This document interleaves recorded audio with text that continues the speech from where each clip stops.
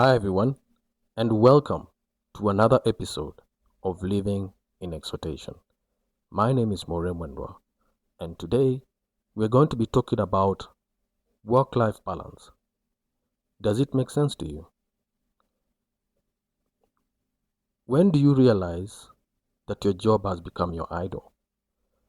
I know there is this talk on how to hustle your way up, or even never stop grinding or becoming better than your competition. It is always about being obsessed with your passion, your gift, your business. Nevertheless, does it ever come to an end? Does the obsession eventually become an idol? I honestly am a firm believer, many might disagree with me on this, that for one to become successful, it will mean having to sacrifice an aspect of your life that is crucial. This is in order for you to move towards focusing fully on your main goal. For example, you'll find that if one is a successful family person, it means they mostly have sacrificed a lot of their time spent with friends, at work, and social events in order to spend more time with their spouse and kids. You may find that one who is a successful business person has sacrificed a lot of time spent with their family, even missing out on many of his or her children's milestones. To some, their career progression becomes so much of an obsession that their social lives are no more. They come to realize this later on in their lives when they have achieved what they had set out to do. Do all these sacrifices justify what we have been gunning for all along? Does one feel fulfilled without regrets when they achieve these milestones, while the aspects they sacrificed them for suffer altogether?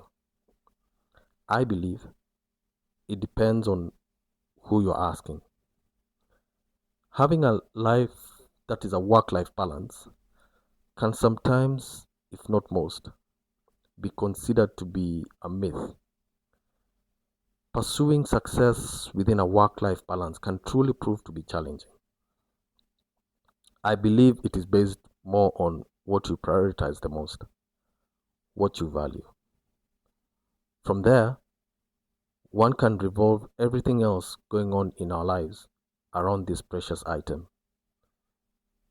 Time given to each of the items surrounding what we value might not be equally shared.